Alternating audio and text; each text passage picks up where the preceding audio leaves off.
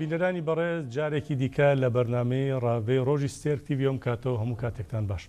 لە بەرنامەی ئەم شەویشماندا ڕاوەستە لەسەر هەڵبژاردنەکانی پەرلەمانی عێراق دەکەین. هەڵبەتە کارنامەی بربژێران و کاندیدی لیستەکان دەخینە بەرباس و گفتوگۆ. هاوکات باسیش لەوە دەکەین بۆچی داگیرکاری ڕژێمی تورکیا لە باشووری کوردستان بە تایبەتی وڵاتانی دیکە نەبووتە بەشێک لە بانگەشەی لیستەکان یاخود کاندیدەکانی ئەو پارتولایان و قوارانەی کە بەشدار بوون کە بەشدار دەبن بە شێوەیەکی ڕاستت لە هەڵبژاردنەی پەرلەمانی ئەم جارەی عێراقدا. هەڵبەتە ئەگەر کاتیشمان نازانم کاتەکەمان تا چەندە بمێنێ مەسەلەی هەڵبژاردننی پێشوەختی تورکیاش دەخینە بەرباس و گفتوگۆ بە تایبەتی پاژەوەی کە ئەمڕۆ پەرلەمانی ئەوروپا داوا دەکات بەهۆی ئەوەی کە لە دۆخێکی نایاسایی و نائاسایی و هەروە نادیموکراسیدا بەڕێوە دەچێ دەبێ هەڵبسێردرێ یا دوا بخرێ. بۆ گفتوگۆکردن لەسەر ئەم مژارانە لە ستۆدیۆ میوانداریمان کردووە لە بەڕێز بەمۆ ئەحمەد چالاکی سیاسی و مەدەنی لە باشووری کوردستانیشەوە دوو بربژێری بەڕێزمان لەگەڵدا دەبن دکتۆر شوان عەبدوڵڵا لە سلێمانیەوە هەروە هاوکار شوانی لە کەرکووکەوە گەرگرفتێک نەبێ لەگەڵ ئەو بەڕێزانەشدا دەکەوینە ڕاوەی ئەم بژارانەی کە ئاماژەم پێدان. سەرەتاش بە ناوی خۆمانەوە هەروە بە ناوی ئێوەشەوە بە خێراتنی هەموو میوانان دەکەین بە تایبەتی بەڕێز بەمۆ ئەحمەد چالاکی سیاسی و مەدەنی زۆر زۆر بەخێر بن. زۆر سپاس بەڕێزم، زۆر سپاس دەکەین. کاک بەمۆ وەکو ئاماژەشم پێدا بژارەکەمان هەڵبژاردنەکانی پەرلەمانی عێراق بانگەشەش دەستی پێ کردو. هەڵبەتە پێشێلکاری دەکرێت لە پێشێلکاری زیاتر ئەمڕۆ بەرپرسێک کە سەر بە کۆمیسیۆن و ڕاپرسی هەڵبژاردنەکانی هەرێمی کوردستانە عێراقا لە هەولێر کوژراوە. بە هەواڵێکی کورتم لەسەرەوە هەیە پاشان دێمەوە گفتوگۆ لەسەرەمە دەکەین سەرەتا. بەڵێ بینەرانی بەڕێز ئەمڕۆ لە شاری هەولێر ڕاگەنرا کە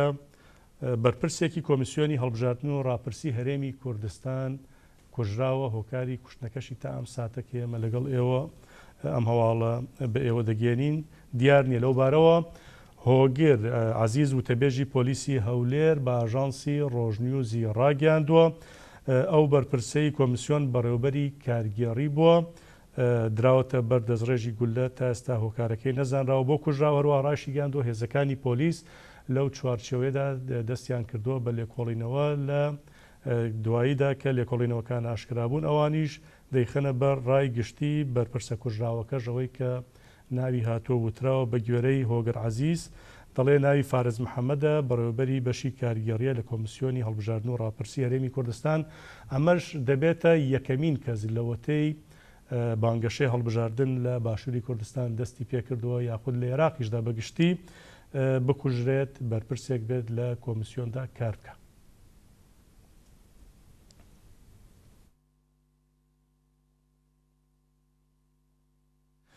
کاک بەمۆ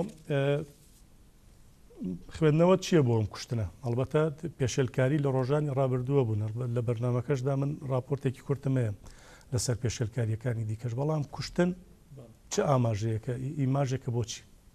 پێشێکی دەبێت لێرەوە سەری ڕێزونەوازش بۆ سەرجەم شەیدان و پاکڕەوانانی ڕێگەی ئازادی و ڕزگاری کوردستان و لە ماڵباتی هەموو ئەوش شەیدانە دادەنوێنم. لە هەمان کاژە سڵاو ڕێزم هەیە بۆ هەموو گوێگران و بینەرانی بەرنامەی ئێوە و تەلەڤیزیۆنی ستێرک تیڤی. ئەوەی ڕاستی بێ ینی بابەتی دۆخی ئێرە کە ئێستا ئەوەی کە هەیە لە باشووری کوردستاندا دیارە پەرلەمانی عێراق و هەڵبژاردن هەیە. دیارە ئەم تیرۆرکردنی کە ئەمڕۆ لە هەولێردا ڕووی داوە دیارە ئەمە تیرۆرکردنێکە بۆ خۆی دیارە کە دۆخێکی نالەبار و دۆخێکی نایاسایی دۆخێکی نادیموکراتی هەیە لە عێراق و بەتایبەت لە باشووری کوردستان و بەتایبەتتریش بڵین لە شاری هەولێردا. خۆ بۆخۆ ئەم جۆرە تیرۆرکردانە پامێکە بۆ ئەوەی کە ئەم دەسەڵاتە چیتر ناوێ ئەو دەنگە تازانی کە دێنە ناو و ئاستی هۆشیاری خەڵک و لیستی نوێ و بەتایبەت لیستینەوەی نوێ هاتووەتە ناو هەڵبژاردنەکاندا و لە ناو لیستینەوەی نوێژدا با بڵێم تەفگەری ئازادی کۆمەلگای کوردستان هەیە. ئەمانە هەمووی وەکو مەترسی دەبین بۆ خۆیان و دەیانەوێ ینی بە هەر جۆرێک بێت چۆن لە هەڵبژاردنەکانی ڕابردوودا هەوڵیان داوە کە هەمیشە خۆیان براوەی یەکەم بن، هەمیشە خۆیان دەسەڵاتدار بن دەیانەوێت هەر بەو دۆخەدا بڕۆن دیارە وەکو ئاگادارن ئەم هەڵبژاردنە دیارە دەکرێت گۆڕانکاری جدی تێدا هەبێت و دەکرێت ئەم لایەنانەی کە دەسەڵاتدار بوون نەتوانن چیتر بەو شێوازەی خوان بەردەوامی بدەن و کۆی ئەم تیرۆرانی کە هەیە کە ئەمڕۆ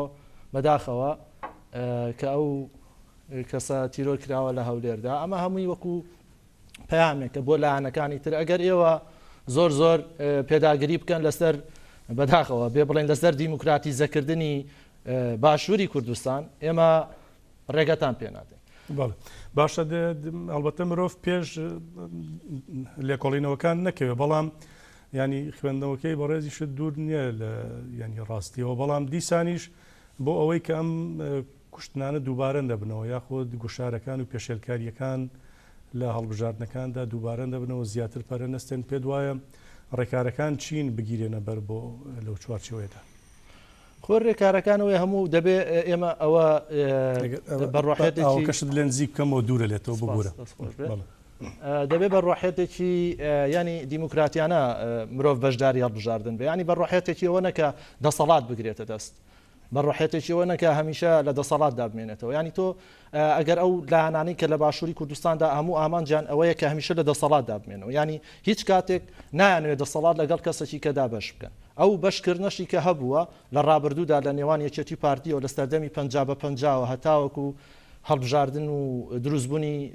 بزوتنەوەی گۆڕان و دوا بەدوای ئەوە ئێستاش کە ئەو لیستە نوێ هاتووەتە ناو ینی ئەوان ئەمانە بە مەترسی دەبینن ئەمانە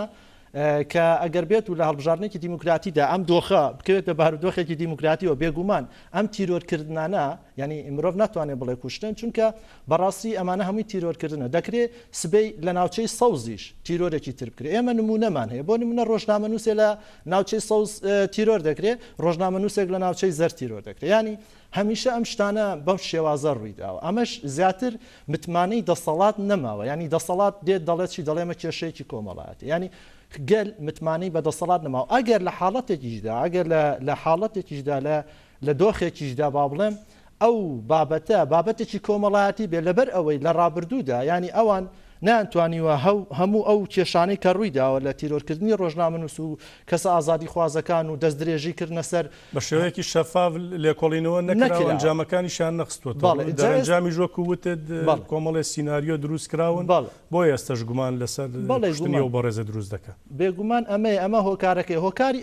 ئەمەش ئەوەیە نەبوونی یاسایەکی دادپەروەرانەیە ینی ئەمە یام یاسایەکە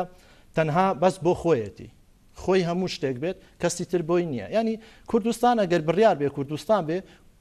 کوردستانی هەموو کەسێکە کە تێیدا ژیان دەکات ینی ئەمە لە لای ئەوان پەسەند ناکرێت ئەمەش بووەتە هۆکاری ئەوەی کە ئەمە نەیانتوانیەوە هەم خۆیان دیموکراتیزە بکەن بە دیموکراتیزەکردنی خۆشیان نەیانتوانیوە کۆمەلگا بەو ئاراستەیە ببن کە بتوانێت ینی متمانە بە دەسەڵات بکات چونکە دەسەڵات لێرەدا ئێستا متمانەی لە دەستداوە وەکو وتمان ینی هەر لە تیرۆرکردنەوە هەر لە پرسی پێشمەرگەوە هەر لە پرسی ناوچە جێناکۆکەکانەوە هەر لە پرسی نەوت و غازدا هەر لە پرسی بەشەکانی تری کوردستاندا هەموو ئەمانە کۆ بکەیتەوە بێگومان چاوەڕوانی ئەوە دەکرێت کە لە هەولێریشدا و لە هەر جەیەکی تریش هەر کەسێک کە دش بە دەسەڵاتی ئەوان بێوەکو دەڵێن ینی دۆستی دیموکراتی بێ گومانی تێدانە ئەگەری هەیە تیرۆریش بکرێت بەڵێ دەباشە هەر دەستی هەڵبژاردنەکان لە هەرێمی کوردستان بەخۆی ڕایگەیاندووە دەڵێ بەهۆی سەرپێچیەوە تا ئێستا زیاتر لە 120 کاندید و قوارەی جیاجیا سزا دراو ناوکات کۆمیسیۆنەکە داوا دەکات کە وڵاتیان سەردانی بنکەکانیان کەن بۆ وەرگرتنەوەی کارتی دەنگدەنبام راپۆرتەش ببینین بزانین ئەو سزایانە چی بووە لە ماوەی ڕۆژی ڕابردووی بانگەشی هەڵبژاردندا پاشان گفتوگۆ لەسەر ناوەڕۆکی ئەمەش دەکەین. لە ماوەی دە ڕۆژی ڕابردووی بانگەشەی هەڵبژاردنەکاندا چەندین پێشێلکاری جۆراوجۆر ئەنجام دراوە و ژمارەیەکیش لەو سەرپێچیانە لەلایەن کۆمیسیۆنەوە تۆمار کراون. دەستەی سربەخۆی هەڵبژاردنەکان لە هەرێمی کوردستان ئاشکرای کرد کە بەهۆی سەرپێچیەکانەوە تا ئێستا 120 کاندیدی لیستە جیاکان سزا دراون. سزاکانیش تەنها مادی بوونە. هاوکات کۆمیسیۆن ناوی هیچ سزادراوێکی ئاشکرا نەکرد. تا ئێستاش هیچ کاندیدێک بە هۆی سەرپێچی ڕێنمایەکانی هەڵبژاردن دوور نەخراوەتەوە. پرسی وەرگرتنەوەی کارتەکانی دەنگدان لەلایەن هاوڵاتیانەوە بابەتێکی دیکەی دیاری ئەو هەڵبژاردنەیە بۆ پێی لەو هەڵبژارنەدا دەنگدەر تەنها دەتوانێت بە کارتی تایبەت دەنگ بدات کا لەلایەن کۆمیسیۆنەوە بۆیان دروستکراوە بەڵام بە گوێرەی ئامارەکانی کۆمیسیۆن تا ئێستا ژمارەیەکی زۆری هاوڵاتیان کارتەکانیان وەرنەگرتوتەوە لەبارەی وەرگرتنەوەی کارتەکانیان ئۆفیسی گشتی کۆمیسیۆنی هەڵبژاردنەکانی عێراق لە هەولێر ڕایگەیاند داوامی کارمەندەکانیان درێژ کردوتەوە و کارمەندەکانیان لە ئێستادا بەیانیان و ئێوارانیش دەوام دەکەن ئامانجیش لەو کارە بۆ ڕایکردنی خێرای کاری هاوڵاتیانە بۆ پێدانەوەی کارتەکانیان هاوکات کۆمیسیۆن داواشی لە هاوڵاتیان کرد کە سەردانی بنکەکانیان بکەن و کارتەکانیان وەربگرنەوە چونکە تەنها هەڵگرانی ئەو کارتە دەتوانن لە هەڵبژاردنەکەدا دەنگ بدەن.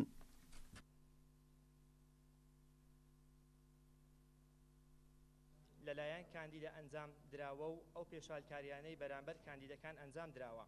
لە ماوەی ڕۆژانی دەستپێکردنی بانگەشەی هەڵبژاردن لە ڕۆژی 15 نیسانەوە تا ڕۆژی 23 نیسان هەفتەی یەکەمی بانگەشەی هەڵبژاردنەکان ئەنجومەنی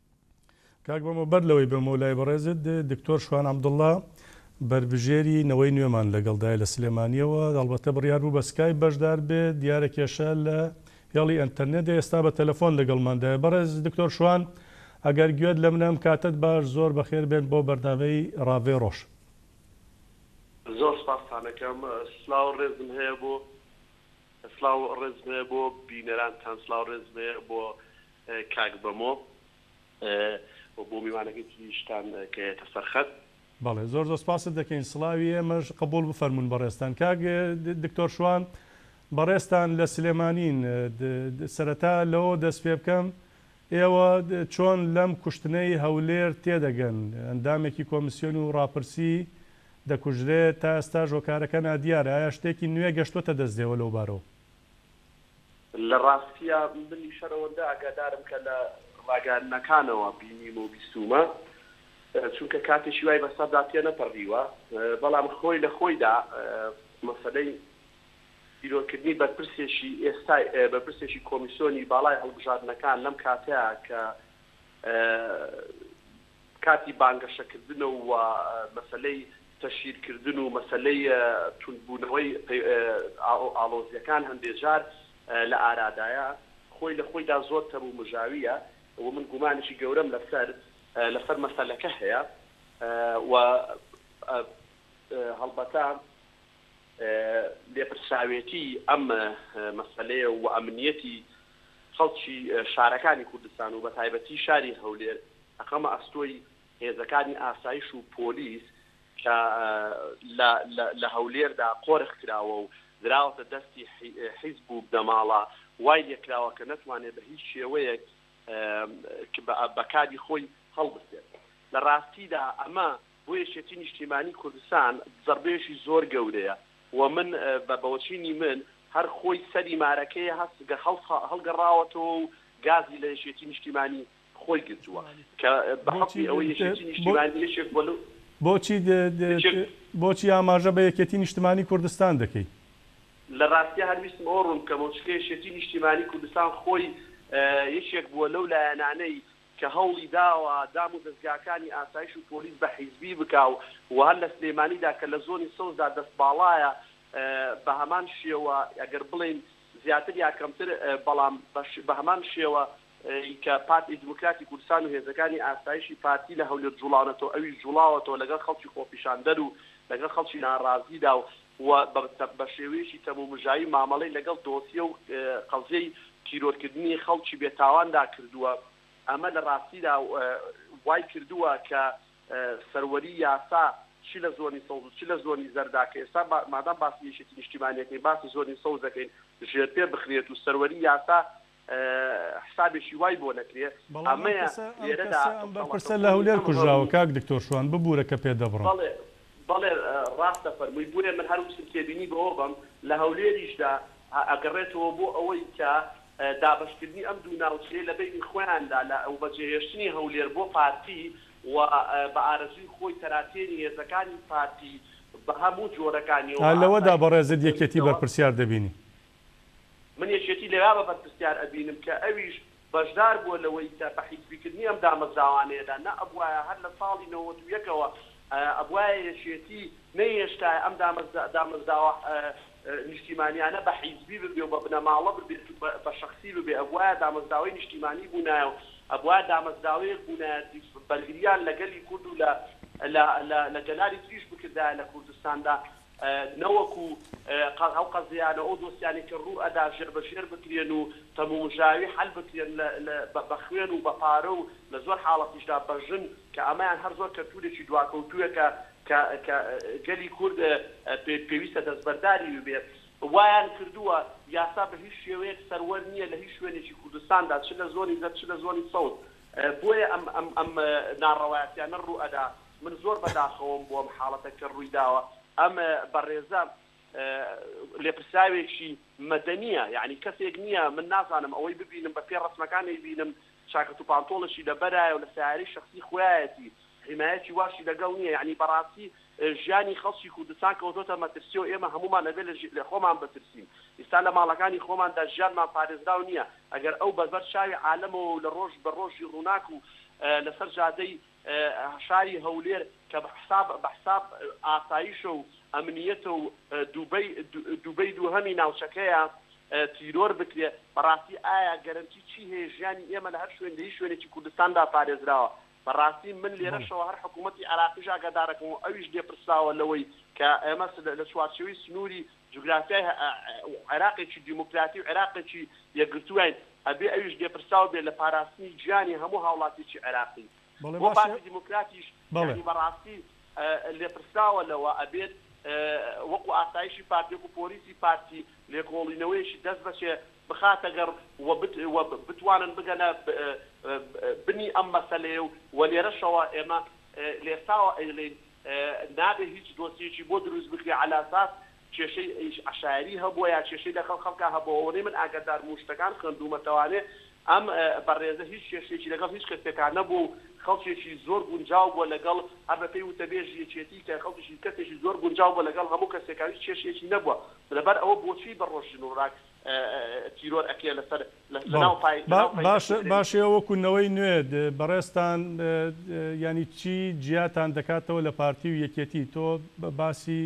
کۆمەڵێ شتت کرد کە لە ڕابردوودا پارتی و یەکێتی کردویانە بۆ قۆڕەکردنی دەسەڵات ئێوە چ گرنتیەگەیە سبێن ئێوەش گەشتنە کورسی دەسەڵات هەمان شت دووبارە نەکەنەوە کاکەندرێ ئێمە وەکوونەوەی نوێ ئێمە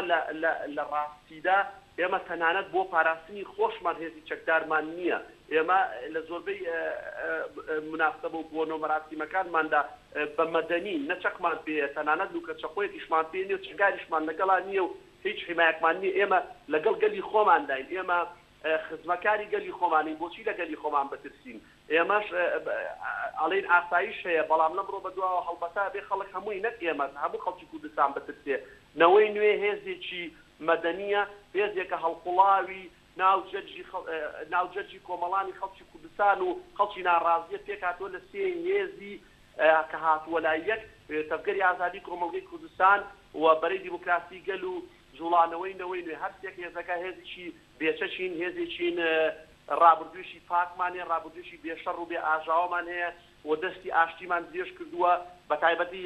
تەفگەری ئازادی کە بە ئاشکرا بەرەی دیموکراسیش بە ئاشکرا داوای یەکێتینەتەوەی ئەکەین نەک لە باشووری کوردستاندا بەڵکو لە هەموو بەشەکانی کوردستان لە سەرتاسەری جیاندا هەر کوردێک لە هەر شوێنێک هەبێ یەکگرتوو بین بۆیە ئێمە جیاوازێکی گەورەمان هەیە لەگەڵ ئەو هێزانەدا ئێمە ئەهلێکی قەڵەمی نەڕاستیە گەنجێکی زۆرمان لە دەور کۆبۆتەوە ژنێکی زۆرمان لە دەور کۆبۆتەوانێ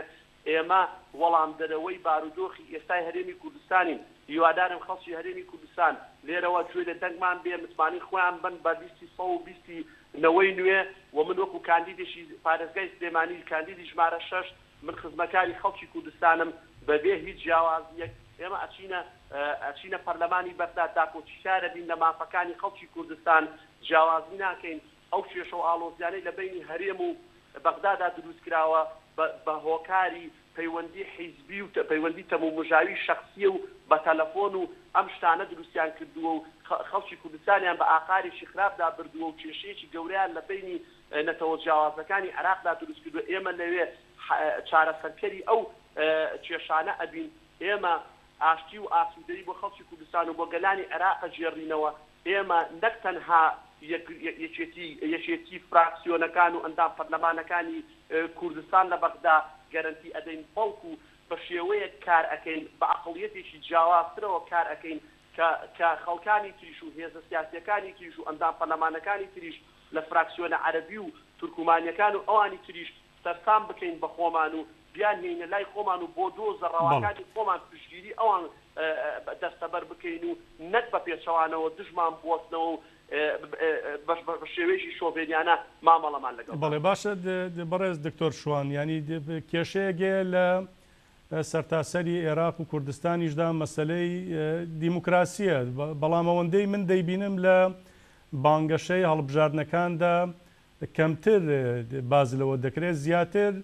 دروشم دەدرێن، زیاتر سلۆغانی نەتەوەی دژ بە عێراق دژ بە ناوەند دەوانەی مەبەستم لە کاندیدەکانی هەرێمی کوردستان و باشووری کوردستانەوانەی کە لە پارت و لایەنەکان بەشدار دەبن. ئێوە پێتان وایە چۆن دەکرێت دیموکراسیەت لە عێراق بەهێزتر بکرێ بۆەوەی لە ڕێی دیموکراسیەتیشەوە پرسەکانی باشووری کوردستان و هەرێمیش چارەسەر بکرێت؟ بەڵێ خۆی ئەم پرۆسەی دەنگدان و هەڵبژاردنە پرۆسەیشی دیموکراتیانەیە، ئەگەریش لە عێراقدا بە تەواوەتی لە 100% دیموکراتیەتێکی تەواو جێبەجێ نەکرابێ و پەیڕەو نەکرابێ، بەڵام خۆی لە خۆیدا پرۆسەیشی دیموکراتیانەیە. من پێم وایە ئەم پرۆسەیە بەردەوامی پێ بدەین و هەوڵ بدەین کە تەشیری تێ نەکەوێت لە بانگەشەکانماوە هەوڵ بدەین لە دەنگداندا تەزویر و ساختەکاری تیان نەکرێ بۆی پرۆسەکە ناشرین نەکرێ و بە دیموکراتی بمێنێتەوە و لە دواییشدا هەوڵ بدەین و کاری جدی بۆ بکەین کە پابەند بین بە ئەنجامەکانی هەڵبژاردنەوە و یەکتر قبول بکەین. ئەگەر بتوانین لەسەر ئامانجیشی هاوبەش بە خزمەتکردنی گەلانی عێراق و دەستەبەرکردنی دیموکراتیەکی ڕاستەقینە لە عێراقدا و وێشێتیەکی گەلان لە عێراقدا کار بکەین پێکەوە لەگەڵ ئەوەی کە بەرامبەر یەکتری بوەستین و شۆڤینیزم و فاشیزم بەرامبەر بە یەکتری بەکاربهێنین. لە ڕاستیدا بۆ ئەو تێبینیەکمێ لەسەر ئەو قسەی بەڕێستان کە ئەڵێن مەسەلەن هەستی هەندێک لایەن هەیە ڕاستە ئەیانەوێ هەستی نەتەوایەتی کورد بجوڵێنن، بەڵام ئەو سەردەمەش تێپەڕی گەلی کوردیش لە باشوورا تێگەیشتووە زیاتر لە ڕێگەی هێڵی تێکۆشانی ئاپۆلی و دەستکەوتەکانمان لە ڕۆژاوای کوردستان و لە باکووری سووریا و لە ڕەقە و لە شوێنەکانی تر وای کردووە کە خەڵکی باشووری کوردستان و خەڵکی عێراقیش بەڕاستی تێبگا کە پێکەوە ژیانی گەلان و دیموکراتیزەکردنی عێراق خاڵی سەرەکی پرۆسەکەیە، ئەبێ ئێمە بۆ مەسەلەیە تێپەڕین و تەواوی تر شۆڤێنیزم مۆلا بنێ. ئەو دروشمانەش دروشمی هەروەکو دروشمی ڕیفراندۆمەکەیانە لە ڕاستیە کە ئەیانوو کە عێراق با دراوسەیەکی باشمان بێت، کوا دراوسێ باشەکەیان بۆچی لە پێش هەموو کەسەوانێ خێرا هەوڵی ئەوەیاندا بچنەوە عێراق و بچنە پەرلەمان. بەڕاستی شەرمەزاریە بۆ هێزانەی کە پەنجیان کردە ناو مەرەکەبەوە بۆ ریفراندۆم و جیابوونەوە کە ئێمەیان تاوانبار ئەکرد بەوەی کەوا ئێمە خائینین. لە ڕاستیە کەسێک نەبووە لە ئێمە زیاتر دڵسۆز بوو ئەو خاک وڵاتە، بەڵام ئێمە ئامانزانی ریفراندۆمەکان ساختەیە و ئەردۆغانی لە پشتەوەیە و ئەیانەوێ خاچی عێراق پارچە پارچە بکەن و باشتر قوتی بن بۆ خۆیان و سەرۆک و سامانەکەی خود بن و بیبن لەوێ بێن بە چەک و ئەسلحە و خەڵکی کوردی پێ بکوشن لە باکوور و لە ڕۆژئاوا و لە ڕۆژهەڵات و لە زۆر باشە. بەڵێ باشە دکتۆر شوان، من زۆر سپاسە دەکەم، سپاس بۆ بەشداریەکە دکتۆر شوان عەبدوڵڵا بەربژێری ژمارە 6 لە سەر لیستینەوەی نوێکە لە سلێمانی و لەگەڵماندا بەشدار بوو. کاتێک خۆش بۆ بەڕێستان. زۆر سپاسانەکەم، کاتێکی خۆشتر بۆ بەڕێزت بژیت. بەڕێز بەمە ببوورە دێمەوە خزمەتی بەڕێزت مەهۆیەکی درێژ لێت دابڕام. یەکێک لەو خاڵانەی کە گرنگە لە بانگەشەی هەڵبژاردندا ڕاوەستەی لەسەر بکرێ مەسەلەی داگیرکاری تورکیا بە تایبەتی داگیرکەرانی دیکەی کوردستانیش. من بێژگە لە تەفگەری ئازادی و کاندیدەکانی بەرەی دیموکراسی گەل لایەنەکانی دیکە قەت کەس باسی ناکە هۆکاری ئەمە چییە و دەبێت چۆنیش گوشاریان بخرێتە سەر ئەمانە ئەم کاندیدانە ئەم پارتولایەن و قەوارانە کێشە ئەساسیەکە کە داگیرکاری ڕژێمی تورکیا لە باشووری کوردستان بکەنە ڕۆژەوی خۆیان بکەنە ئەساس و بنەمای سەرەکی بۆ ئەم بانگەشەی هەڵبژاردن و کاری داهاتووشیان لە پەرلەمان. پێشەکی دەمەوێت حەزەکەم ینی وەکو کورتەیەک دیارە لە وەکو لە مێژوودا لە دیرۆکیەوەیشدا بۆ لە مفاوەزاتی ساڵی 1964 کاتی خۆی کە مفاوەزات کراوەیەکی لە وڵاتانی کە زۆر تەکیدی لەوە کردوێتەوە کە نابێ کورد ینی بۆتە هۆکاری ئەوەی کە ئەو نێوەندگیریە نێوان کاتی خۆی یەکێتی نیشتیمانی کوردستان و حکوومەتی عێراقی سەر بگرێ یەکێک لە وڵاتانە تورکیا بووە. یعنی ئێمە دەبێ ئەوە بزانین لە دوای ئەوەشەوە لە دوای ڕاپەڕینی ساڵی 1991 لە ساڵی 1992ەوە تورکیا ینی بە سەربازەوە هاتوۆتە باشووری کوردستان و لەوێ بنکە و بارەگای هەیە. یعنی هەر لە ساڵی 92ەوە هەتاوەکو ئەم ئەخیرانە کە بە هۆکاری پرسی شنگار کە زیاتر و زیاتر هێزی هێناوە ڕێژەیەکی زۆر بارەگای هەیە لە باشووری کوردستانە. پرسەکە ئەوەیە ئایا ئەم لایەنانە لایەنێکی نەتەوەین ئایا ئەو لایەنانەی لە دەسەڵاتدا بوون ئێمە دەتوانین هەر ناویشیان بێنین. ئایا پارتی دیموکراتی کوردستانی عێراق لایەنێکی نەتەوەیە؟ ئایا یەکێتی نیشتیمانی کوردستان لایەنێکی نەتەوەیە؟ ئایا بزوتنەوەی گۆڕان لایەنێکی نەتەوەیە؟ خۆیان وا دەڵێن نەتەوەین. بەڵێ بەڵام من هازەکەم شتێکەیە زۆر خۆشە لە کوردەواری دەڵێ قسە فەقیرە هەموو کەس پێی دەوێت. لەم ڕۆژانەدا چەند ڕۆژ پێش ئێستا هەواڵانی تەفگەری ئازادی و بەرەی دیموکراسی و چەندین خەڵکی وڵات پارێز و خەڵکی نەتەوەیی سەربەخۆش توانین نایان بێنین ڕۆشتن خۆپیشاندانیان کرد لە دشی ئەو لەشکرکێشی کە تورکیا هاتووەتە ناو بۆ سیدەکە بەڵێ بۆ ناوچەی برادۆس و سێدەکە ئەوە چیان کرد لەوێدا؟ ئایا چەند ئەندام پەرلەمانت لەوێ بینی؟ ئایا چەند ئەندامی ئەو لایەنانە بینی؟ ئایا کاندیدەکان؟ ئێمە ئەبێ پرسێکەیە ینی تێکەڵی نەکەین. ئێستا هەڵبژاردننی عێراق هەیە لە ناو هەڵبژاردننی عێراقدا سەروەری عێراق پێشێل کراوە لەلایەن دەوڵەتی تورکیاوە. ئێمە بەڵامەوانەی دایانەیە بچنە ناوەند بۆ عێراق بەرامبەرم پێشێلکاری قسە ناکەن بەرامبەر بم پێشێلکاری قسە ناکەن. ئەمە خۆی بۆ خۆی خاڵێکی سەرسوڕمانە لەسەر نەتەوەیی بوونی ئەو لایەن هێزانە. ینی ئێمە ئەگەر بێت و دژی بەغدا بین دۆستی ئەنقەرە بین،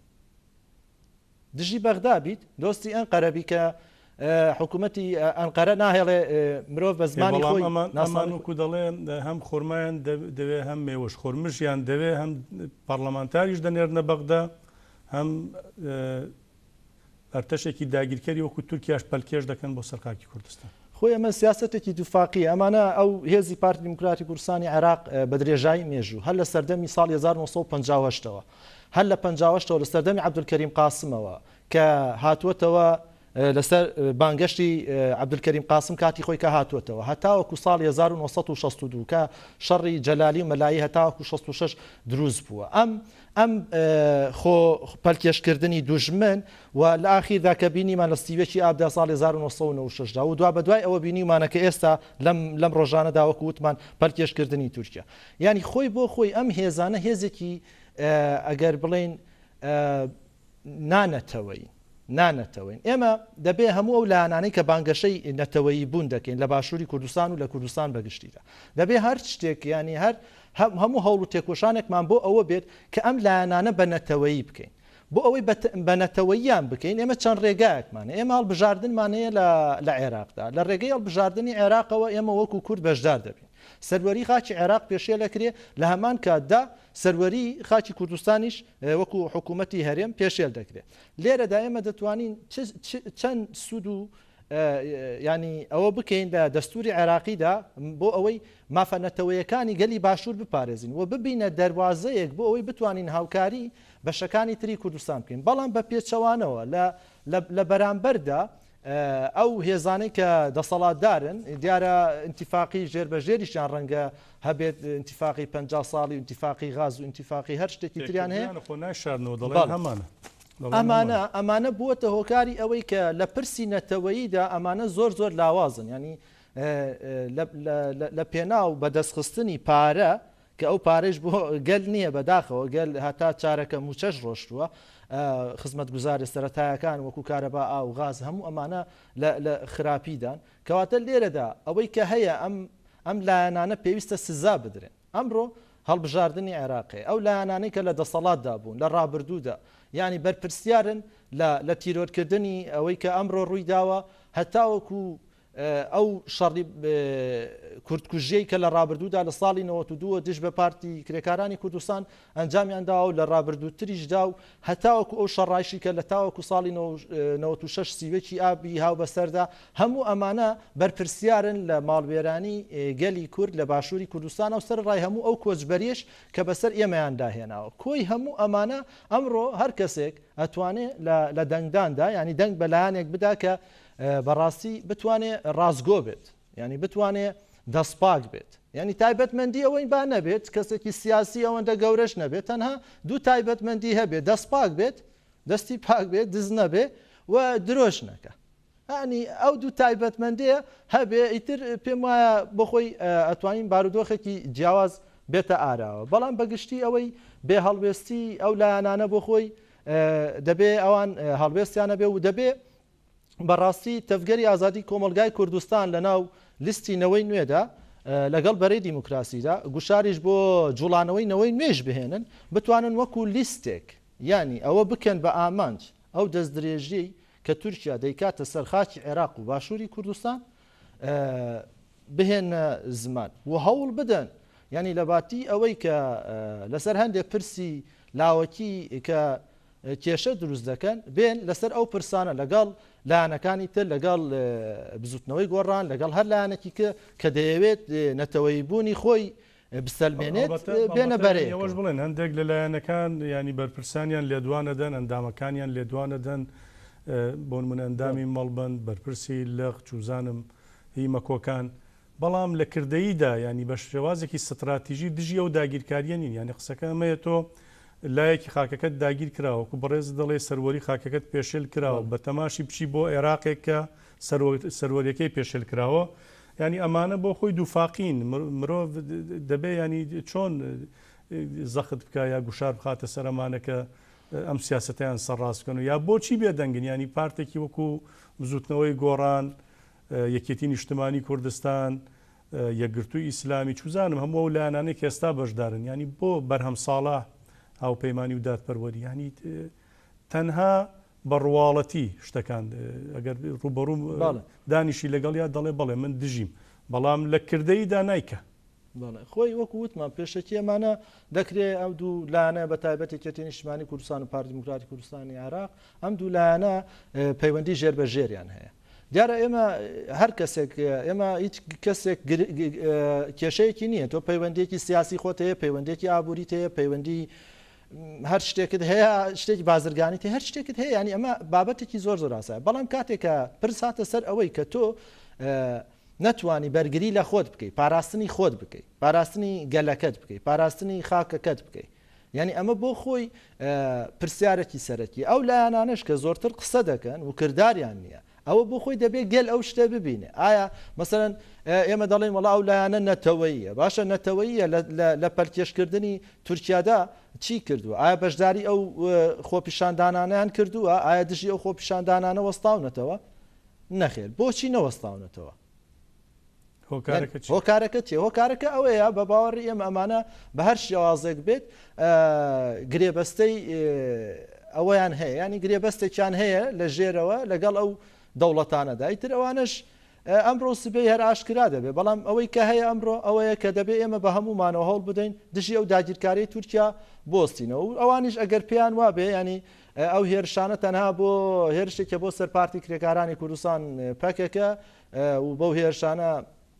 بڵێم وەکو تورکیا هەمیشە دەیڵێتەوە پەکەکە لە ناو دەبا پەکەکە هێزی پاراستنی خۆی هەیە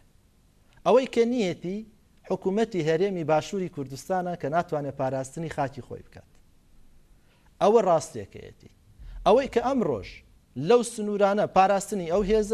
باشووری کوردستان دەکە پارتی کرێکارانی کوردستانە لەوێ ئەوان پۆلیسی سەر سنووریان هەیە باشە پۆلیسی سەر سنوور هەیە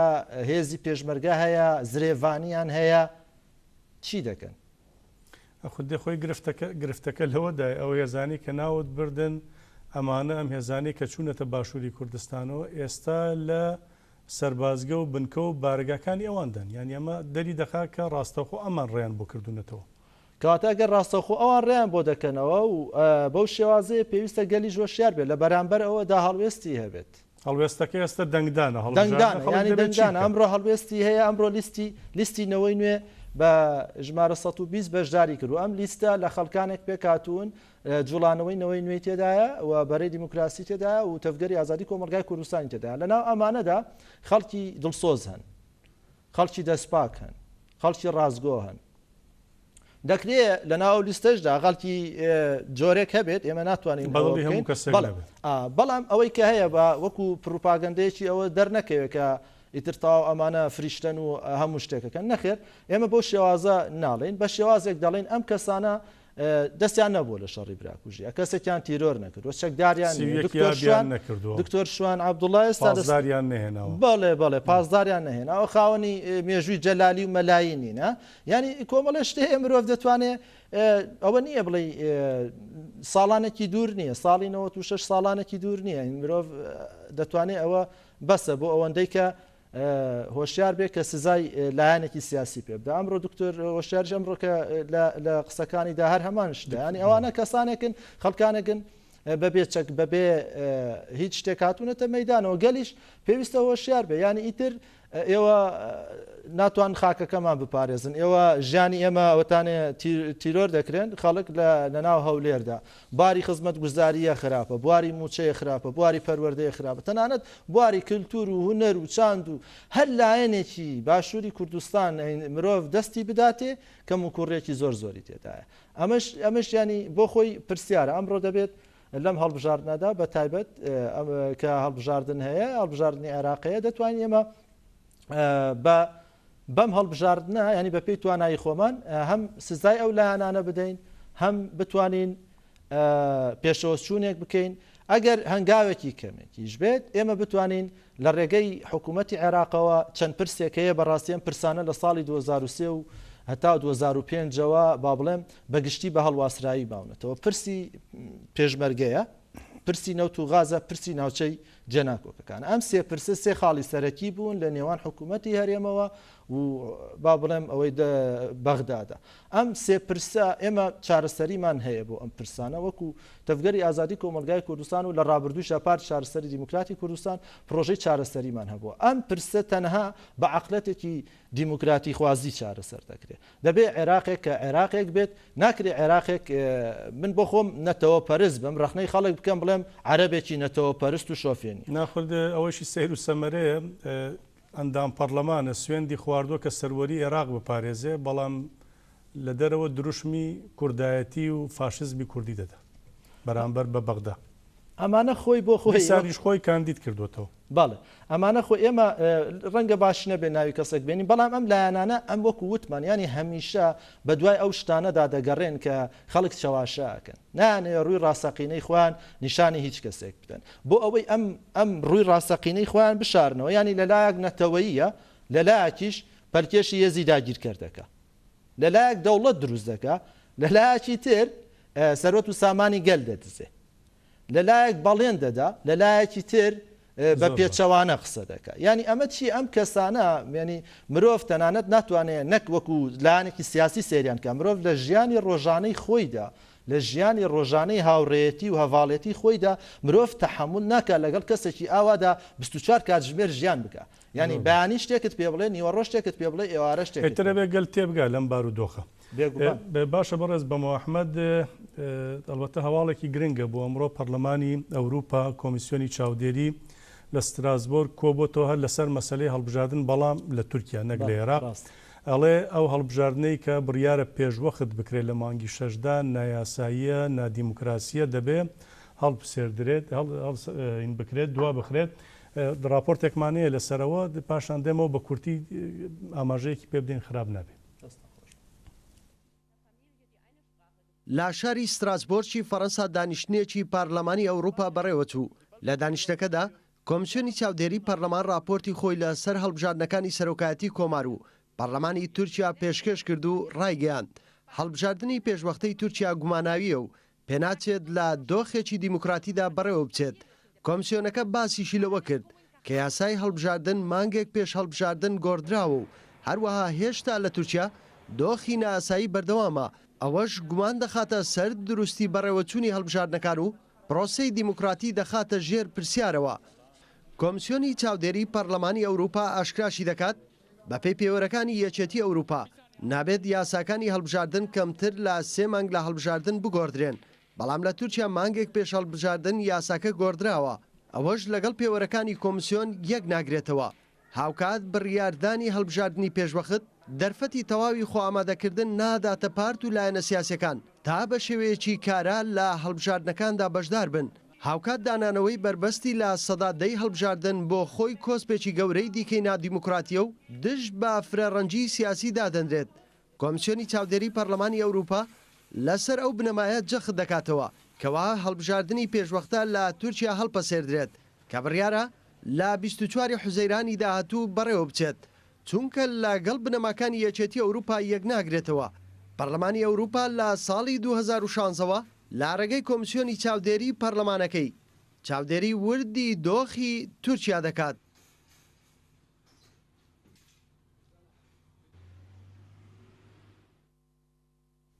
بەڵێ هەڵبەتە بەر لەوەی بگەڕێمەوە لای میوانی بەڕێزی بەرنامە بەڕێز بەمەوە ئەوە بڵێم کە بڕیار بوو لە کەرکووکەوە میوانێکی دیکەمان لەگەڵدا بەشدار بێ بەربژێر هاوکارشوانی بەداخەوە لەبەرەوەی هەم کێشەی تەلەفۆنێ هەم کێشەی ئەنتەرنێتێ نە بە سکایپ نە بە تەلەفۆن نەیتوانی بەشدار بێ بەڕاستی ینی لە ڕێگەی تەلەفۆن و لە ڕێگەی سکایپ و ئەنتەرنێتەوە کە لە چ گرفتێکدا مرۆڤ تێدەگا باشووری کوردستان و عێراق لە چ قەیرانگەلێکی قوڵدایە لەم سەرتەمەدا تۆ ئەنتەرنێتێکی باشت نەبێت تەلەفۆن و هێڵی تەلەفۆنێکی باشت نەبێت. کاک بەمە بینە سەر ئەم لێدوانەی ئەوروپا ئەمە چۆن لێک دەدەیتەوە و پێشت وایە بەم بڕیارەی ئەردۆغان داوێتی بۆ هەڵبژاردننی پێشوەخت لەگەڵ ئەم بڕیارەی یەکێتی ئەوروپا کە دژی ئەم پێشوەخت بوونەی هەڵبژاردنە تورکیا بەرەو کوێ دەبا؟ بە شێوازێکی گشتی ئەو بڕیارەی کە ئەردوغان و ئاک پارتی داویانە بڕیارێکی هەم نایاساییە، بڕیارێکی سیاسیە بۆ بەرژەوەندی خۆیان و لە دۆخێکی زۆر نالەباردایە. ینی هەرسێ خاڵەکەی کە دیارە وەکو کۆمیسیۆنی ئەوروپاش ئاماژیان پێدا خۆی ئەم پرسە ینی ئەم پارتە ئەردوغان دەیەوێت بە هەرچی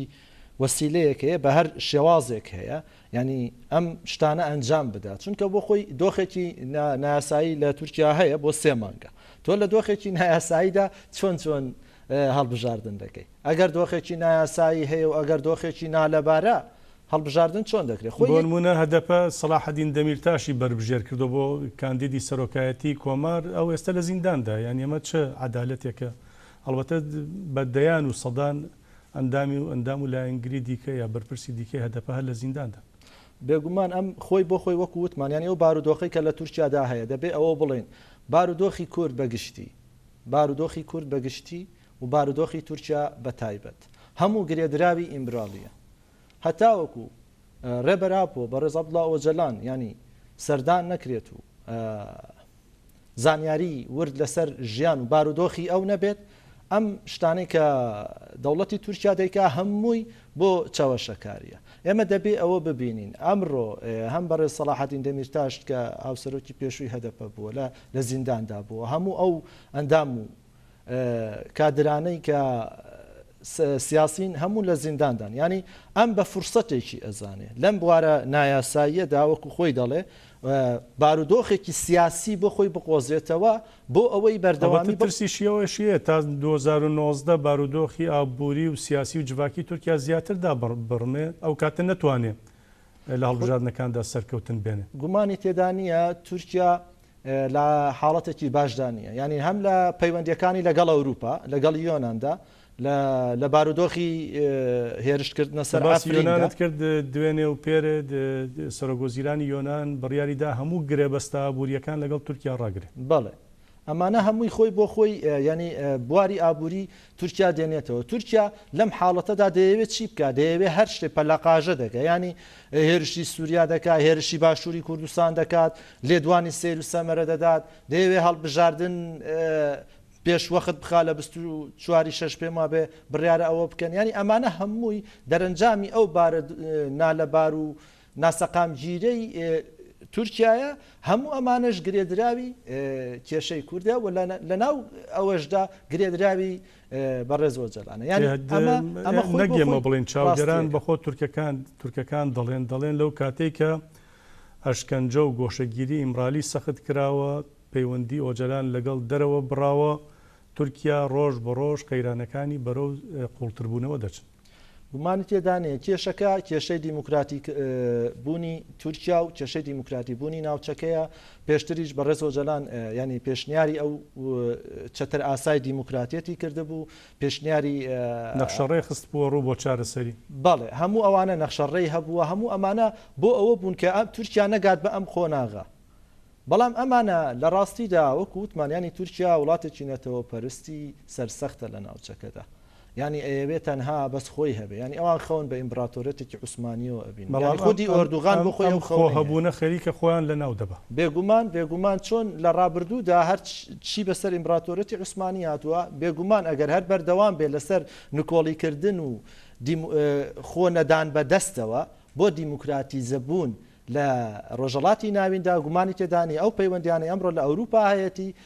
ئەوە تا بەرەو خراپتر دەچێت ڕۆژ بە ڕۆژ سزای زیاتری لەسەر دەبێت دیارە ئێمە ناڵێن حکوومەتەکانی ئەمریکاش بە تەمایە سزای بەسەردا بسەپێنێ سزای نوێ بێگومان ئەو تا ئێستا وەکوتما تورکیا خۆی لە دەرەنجامی ئەو کێشمەی نێوان ڕۆژەڵات و ڕۆژئاوا ینی خۆی ڕاگرتە بوو ئەگەر بێت و ئەو پەیوەندی ئەوان باش ببێ پێویستی ئەم نامێنێ ینی خودی تورکیا لەسەر ئەو پێویستێ ماوەتەوە ئەوەشی کە هەیە دەرەنجامێکی باشی نابێ و دیسان دەڵم پارتی هەدەپە پارتی دیموکراتی گەلان لەم هەڵبژاردنەشا دەتوانێت دەرسێکی خراپ ئاکەپە و دەسڵاتدارانی تورک بدات زۆر باشە بەڕێز بەمۆ زۆر سپاست دەکەم بە محەممەد چالاکی سیاسی و مەدەنی کە لێرە لەگەڵماندا بەشدار بووی سپاس بۆ هاتن لە بەریتانیا تا ئێرە ئەلبەتە دووبارە سپاسی دکتۆر شوان عەبدوڵڵا دەکەین بربژێرینەوەی نوێ کە لە سلێمانیەوە لەگەڵماندا بەشدار و بە تەلەفۆن بەداخەوە بربژێر ئاوکار شوانی لە کەرکووکەوە نەمانتوانی بگەینە لای کێشەی ئەنتەرنێت و هێڵی تەلەفۆنی هەبوو سپاسی ئەویش دەکەین کە بڕیار بوو لەگەڵماندا بەشدار بێ سپاس بۆی وەش بینەرانی بەڕێستان ساتە لەگەڵماندا بوون تا بە یەگەشتنەوەکی دیکار شاد و بەختەوەر بن شەوتان شاد